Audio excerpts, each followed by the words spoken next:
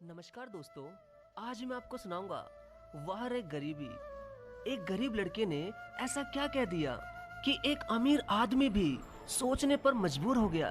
एक 8 साल का लड़का अपनी छोटी बहन को लेकर मंदिर के एक तरफ कोने में बैठा हुआ हाथ जोड़कर भगवान से ना जाने क्या मांग रहा था। उस लड़के के कपड़े भले ही गंदे और फटे हुए थे, लेकिन मन उसका एकदम साफ था। करीब से देखा तो पता चला कि उसके नन्हे नन्हे प्यारे गाल आंसुओं से भीगे हुए थे। कई लोग उसकी तरफ देख रहे थे, मगर वह लड़का बिल्कुल अनजान अपने भगवान से बातों में लगा हुआ था। तभी जैसे ही वो बच्चा उठकर जाने लगा, वैसे ही एक अमीर आदमी ने उसका हाथ पकड़ा और पूछा कि बेटा, तुमने भगवान से क्या मांगा? तब उस लड़के ने कहा कि मेरे पिताजी अब इस दुनिया में नहीं है, उनके लिए स्वर्ग मांगा। मेरी माँ मेरे पिताजी को याद करके खूब रोती रहती है, उनके लिए सब्र। और मैंने भगवान से ये भी कहा कि हे भगवान, जब आपको पता था कि हमारे घर में मेरे पिताजी ही कमाकर जैसे तैसे घर चलाते हैं, तो आपने उन्हें अपने पास क्यों बुला लिया? अब हम क्या करेंगे? ये कहकर वो 8 साल का बच्चा रोने लग गया।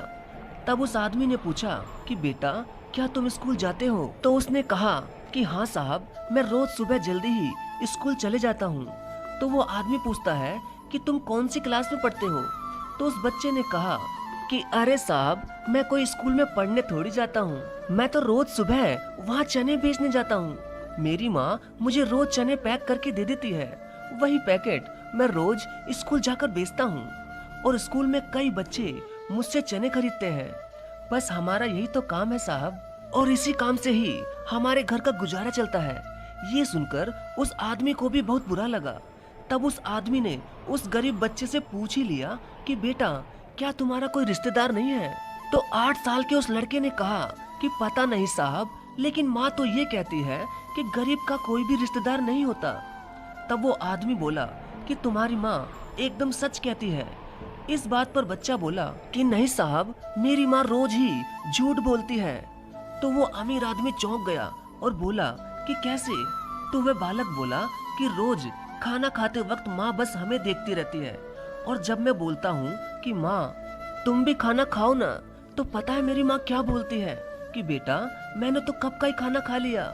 लेकिन साहब, जब खाना मेरे सामने ही बना है, तो भला माँ ने कब खाना खाया होगा?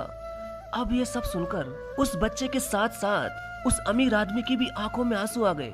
तब उस अजनबी आदमी ने उस लड़के से पूछा कि क्या अगर तुम्हें खर्चा मिल जाए तब तुम अपनी पढ़ाई करोगे? तो बच्चा बोला बिल्कुल नहीं। तब वो आदमी फिर से हैरान रह गया और उसने वजह पूछी।